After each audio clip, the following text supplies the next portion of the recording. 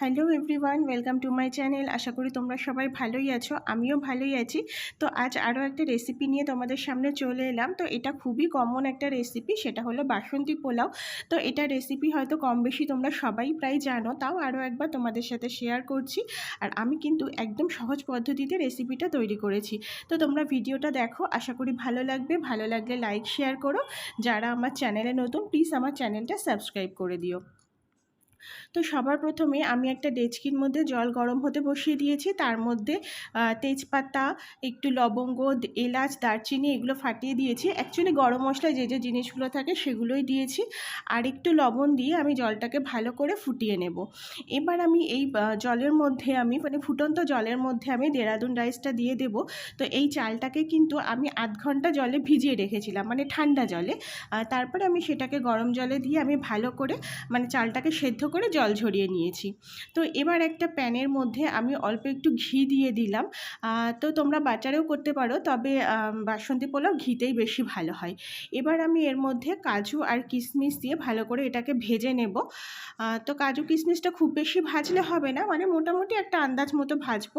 এবার আমি এর মধ্যে আরও একবার যে গোটা গরম মশলা যেগুলো হয় না, মানে দারচিনি, এলাচ, লবঙ্গ, সেগুলো দিয়ে দিলাম। একটু তেজপাতা দিয়ে দিলাম। তো এলাচটা কিন্তু আমি একটু ফাটিয়ে দিয়েছি, তা নাহলে কিন্তু ফ্লেভারটা ভালো আসবে না। তো দেখো মোটামুটি এইগুলো বেশ ভাজা হয়ে এসেছে, আর খুব সুন্দর একটা স্মেল কিন্তু এই সময় বেরোয়। তো এবার আমি এর মধ্যে জল ঝরানো চালটা দিয়ে দেব, মানে ভাতটা, চালটা না। দিয়ে এটাকে ভালো করে একটু মিশিয়ে নিতে হবে। তো তার আগে আমি একটু পরিমাণ মতো লবণ দেব, আর একটু দেব হলুদ। তো তোমরা চাইলে ফুড কালারও দিতে পারো, যেহেতু আমি ঘরোয়াভাবে করেছি তো আমি একটু হলুদ দিয়েছি। তো হলুদটা কিন্তু খুব বেশি দিলে হবে না, তাহলে কিন্তু হলুদের একটা গন্ধ বেরোবে। তো এবার এটাকে খুব ভালো করে আমি মিশিয়ে নিয়েছি। আর পোলাও যেহেতু একটু মিষ্টি মিষ্টি হয়, তো এটাতে আমি অল্প একটু মিষ্টি দিলাম, আর একটু গোলমরিচের গুঁড়ো দিলাম। আর তোমরা চাইলে একটু গরম মশলার গুঁড়োও দিতে পারো। তো আমি সেই একটু দিয়েছি, খুব বেশি দেইনি, যেহেতু জলের সময়, ফোড়নের সময় গরম মশলা দেওয়া ছিল। তো দেখো মোটামুটি পোলাওটা কিন্তু হয়ে এসেছে, আর এটাকে আমি মিনিট 10 মতো ফ্রাই করেছিলাম। তো এবার এর মধ্যে আমি দেবো একটা মেন ইনগ্রিডিয়েন্টস, তো সেটা হলো গোলাপ জল।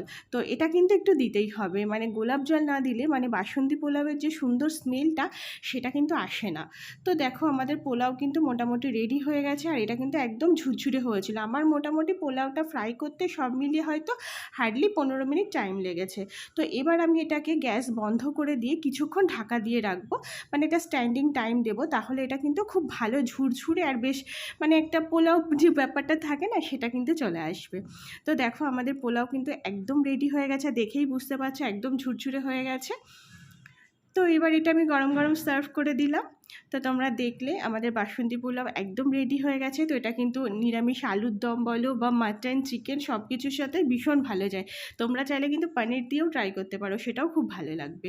তো যাই হোক, জানি না রেসিপিটা তোমাদের কেমন লাগলো। ভালো লাগলে তোমরা লাইক শেয়ার করো, আর যারা আমার চ্যানেলে নতুন প্লিজ আমার চ্যানেলটা সাবস্ক্রাইব করে দিও। তো আবার একটা নতুন ভিডিওতে দেখা হবে। সবাই খুব ভালো থেকো, সুস্থ থেকো।